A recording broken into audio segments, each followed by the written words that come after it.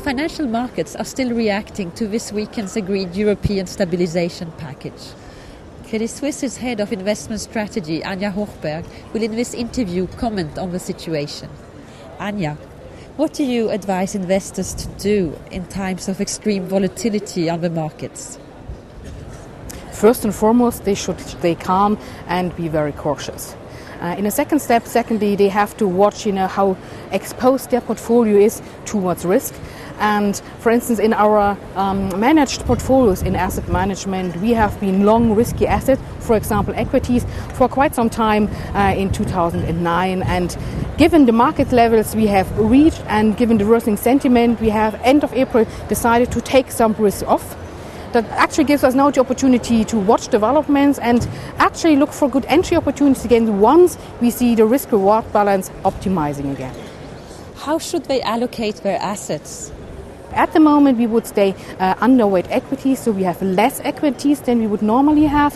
However, we would see over the summer coming up to a point where we would see a buying opportunity again. Then it would be time to invest into equities again. And please remember to invest into equities again. Many investors have missed the latest rally, and it's important not to stay in cash. Given the inflation outlook we might have over the next couple of years, staying in cash would mean a loss in value for the portfolio. Is the 750 billion euro stabilization package agreed upon by the European leaders over the weekend enough to stabilize the financial markets? For now, definitely, as it actually covers all the obligations those countries have for the next couple of years. It also provides a very strong commitment of the European governments to stick to the euro, to stick to the Euro Pact, to support those countries. However, markets will heavily scrutinize how quickly those countries proceed in terms of implementing the austerity measures.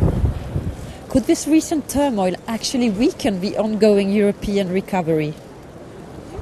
Well, there's certainly danger. For now, however, we have to say that we see very strong indicators, especially out of Germany and all countries that have a strong relationship to the global recovery. Germany certainly profits from that development, and the weak euro has certainly helped as well. However, the more countries have to save, of course, the less they can invest, and that has certainly the potential to dampen, especially in those peripheral countries, the ongoing recovery. For Greece, you can certainly almost expect a recession. Aren't the European leaders just buying time with the agreed stabilization package? Isn't more necessary in the longer term?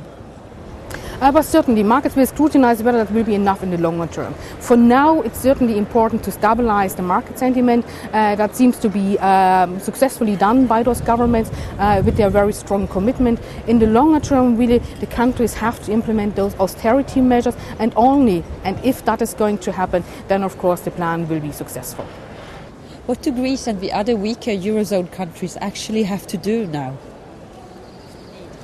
Well, actually, it's not just austerity measures. Austerity measures may provide the bulk of the money to be saved. That's very important. History shows that most of the successful government deficit recovery programs have actually come out of big cuts in government spending. This is very important. But on the other hand, you also have to, at the same time, provide the basis for economic growth.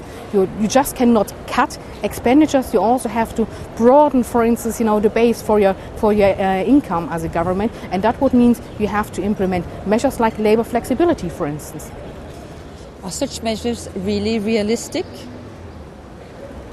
Well, I think they are realistic, and actually they are the only opportunity for those countries to get out of the very difficult situations. We have seen successful examples of that. Norway, for instance, Denmark, but also Belgium have managed to reduce their debt significantly. We have to admit that the plans provided by Greece are very, very ambitious ones.